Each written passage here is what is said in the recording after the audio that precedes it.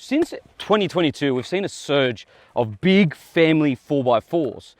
Yet, a lot of manufacturers aren't answering the complaints that a lot of customers are making about their 4x4s. However, one manufacturer, Isuzu, is, especially with this 2025 MU-X.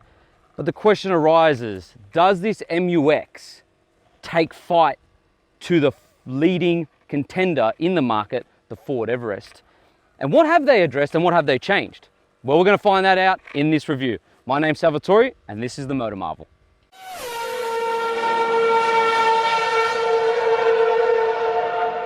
All right guys, so I made sure I got the X-Terrain to showcase to you guys the top tier model because at the end of the day, I personally think it's the best looking. So how much is the X-Terrain? Well, the X-Terrain is priced in at just under $74,000 and you get a lot of 4x4 for that, and you'll see that later on in the video. So what's changed on the exterior design? Well, this front end is the most prominent, especially with the heritage horizontal grille that's been integrated nicely into this front grille with all the hexapod design theme throughout this front grille and finished off in gloss black, which makes this look really aggressive. Then you've got these bi-LED headlights that are really sharp and angular. And then just the whole front end design is very aeronautical themed, as you can see, because all the sharp lines that lead down the side of the car. Then you've got these gloss black wheel arches. You've got the X-Terrain down the side here, gloss black door mirrors, side steps, and even roof rails. Then you've also got gloss black 20-inch alloy wheels with highway terrains, which, to be fair, we've taken this off-road today and they're very capable, but the car itself is even more capable. This rear end is where I believe the most changes have been made because I really love this rear end design. This continue light bar at the back here with these LED rear tail lights, and then you finish it off with this diffuser at the bottom here. It just adds to a bit of more sophisticated look to the MU-X and makes the X-Terrain stand out because it's obviously got black accents. But big question is, what's the boot capacity like? Because this is a family car. It's automatic, which is great. So with the back seats down, you just have under 2,200 litres of boot capacity. And then once you bring them up, you have just under around about 350 litres of boot capacity, which is pretty decent with a big family SUV like this. Towing capacity, around about 3.5 tonnes. But for more comprehensive 4x4 information, we're going to interview Matt. So let's do that. All right guys, so this is Matt. So Matt, tell us a bit about yourself and what your role is with Isuzu. So I get to wear quite a few hats with Isuzu. I am one of their lead iVenture Club trainers. So we facilitate a lot of the four-wheel drive courses on behalf of Isuzu. And we also built up from the ground the towing course for the Isuzu iVenture Club as well. We've been running that since 2019. Once upon a time, I was part of the Team DMAX stunt driving team. Ah, that's cool. And nowadays, I also own and operate the Iron Summit, which is the world's steepest four-wheel drive ramp. It's obviously sponsored by Isuzu, so we'll see that at all the four-wheel drive caravan camping shows this year. Oh, that's mad. So I want to ask you a few questions about this. Yeah. For starters, we just did the off-road course, guys, and I'm not the most experienced 4x4 expert, right? But you mentioned this before about the rough terrain mode. I want you to go through that because that mode is insane. I think sticking to like the identity of Isuzu, they don't ever want to touch technology until they can do it properly. Yep.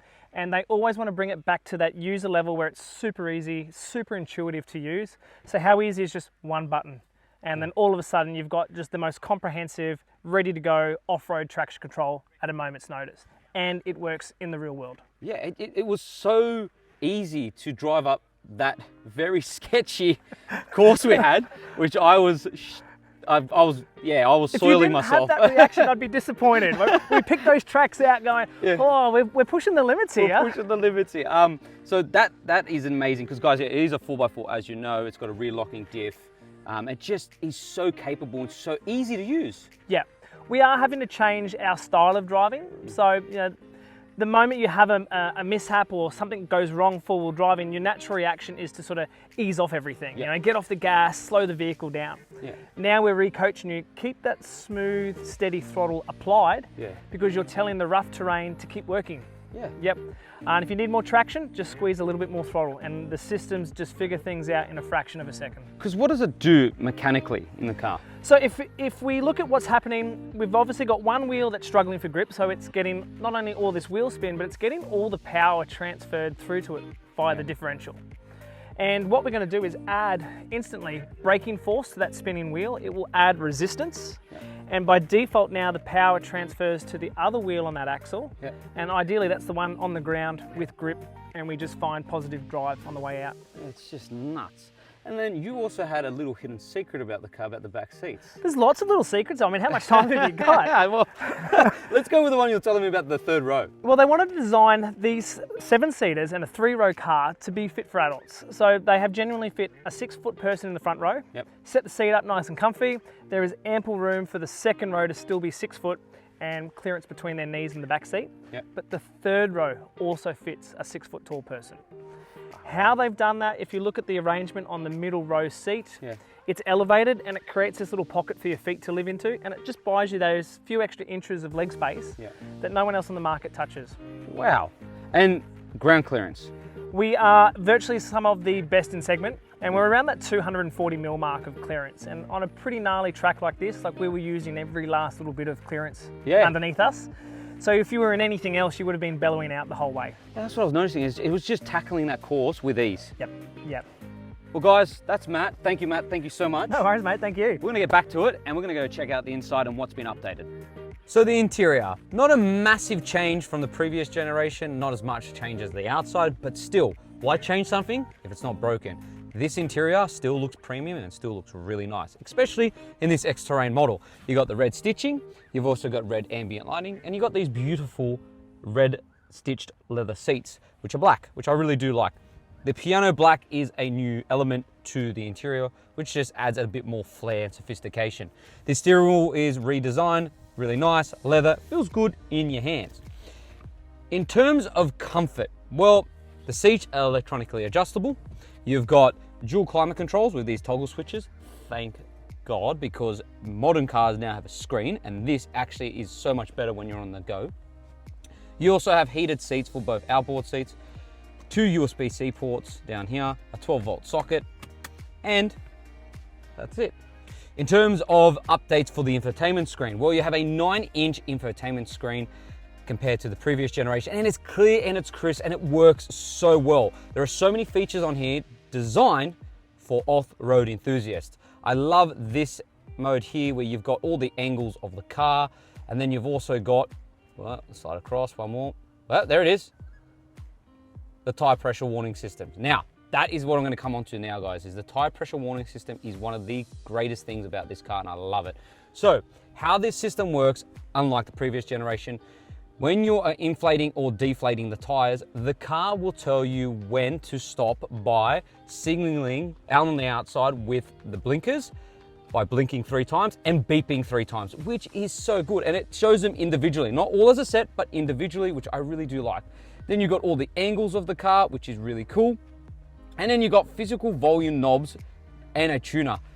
Why so many manufacturers steer away from this, I don't know why, because this makes sense, again, while you're on the go. You also have Apple CarPlay and Android Auto, and the system itself works very well and it's very smooth. You also have a digital driver's display, right, which is very crisp and very fluent, which works really well on the go. Most of the stuff on here is transferred over here, especially the tire pressure warning system, which now doesn't take up the whole screen and moves to the side, so you can obviously look at other systems in play which you need to look at. Coming to the steering wheel. Now, part of the safety features, what they've done with the update is the cruise control. You can actually use it in stop-start traffic, which is so easy and convenient. In terms of the list of the safety features, go read my full written review to see that, because I don't want to bore you guys. This is a short review because we are at a launch. In terms of off-road modes, you come down here and you've got 2 high, 4 low. You've got your rear locking diff. You've got your rough terrain mode. You've got your hill descent, your traction control, and your parking sensors, all located in the middle console. In terms of storage, well, you got 2 cup holders here, a big enough center glove box, and big enough door bins for your personalized Isuzu water bottle. And that's practically about it, guys. I really do love what Isuzu are doing. Again, they haven't changed too much because this interior from the get-go was very modern and very premium and feels exotic. Like, it honestly feels exotic. I will say that. I will go that far to say it feels like a European car with a leather dash and with these leather seats, and especially with this black roof lining, which I will mention for families is a great idea because when you've got kids, they're gonna tend to try to draw on the ceiling. Speaking about kids, let's head to the back seats and see how practical that is for a family and if it ticks all the boxes needed to make this the best and most practical family SUV. Does the second row tick those final boxes when choosing a family SUV? And it does. And it does it so easily. Like Matt was saying, you can fit a 6-foot person back here easily with a 6-foot person at the front. This seat is in my driving position and I'm not even 6 foot and I've got plenty of knee room. Plenty of room to spread my feet under the seat in front and plenty of headroom. Plus, the car's wide enough to fit 3 people back here really comfortably. And there's plenty of storage compartments. You've got 2 cup holders here, a little pocket down here with 2 USB-C chargers, and big enough door bins, again, for your personalized Isuzu bottle. Plus, you've got top tether points and ISOFIX anchor points for babies on both outboard seats. And you got integrated air vents to cool the back seats. Let's check out the third row and see, again, if you can fit a large adult in the back there as well. So how easy is it to get into the third row? Well, simply hit this lever. Guys, look at this, all in one hit. I love that. It's very convenient when you have kids. All right, so I'm in the back, the third row. The moment of truth, guys, and there is plenty of room back here. I'm not joking. So I'm in the back here and I feel very comfortable. Like most 4x4s that have a third row is insanely uncomfortable for adults, but this here, I can see myself sitting in the back here and be easily driven on long journeys. You've got a cup holder back here with a storage compartment and yeah, I've got nothing to complain about. Right.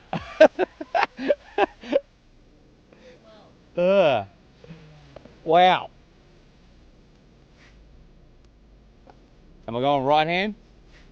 A little bit. Yep. Mate, I'm feeling very aware of what's going on. Yeah. Keep straight. Yep. Yep. What an experience that was. Very sketchy but exhilarating. Like, that was heaps of fun. Now, I'm gonna hand my steering wheel over in this car to Ben, who's filming for me. All right, guys, so you saw the course and you saw what we did.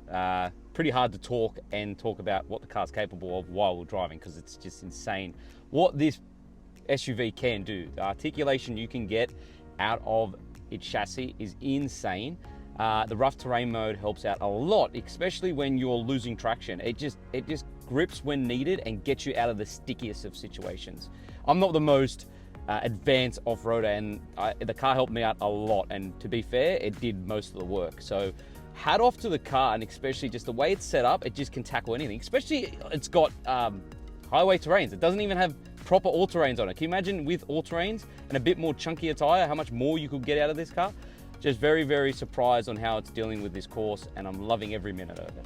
So what's the MU-X like to drive on the open road? Well, for starters, guys, the updated dampers make a considerable difference to the ride. It is so much more comfortable and it's so easy to drive with, drive on a day-to-day basis. It just soaks up all the bumps so easy and it deals with the undulations in the road with ease. Like, consider that this is built on a ladder frame chassis. It should be much worse. It should be bouncy and it shouldn't be as comfortable, but it is, and it just does everything so well. The engine itself, it's not too loud. There's not a lot of wind noise, and the car is just a breeze.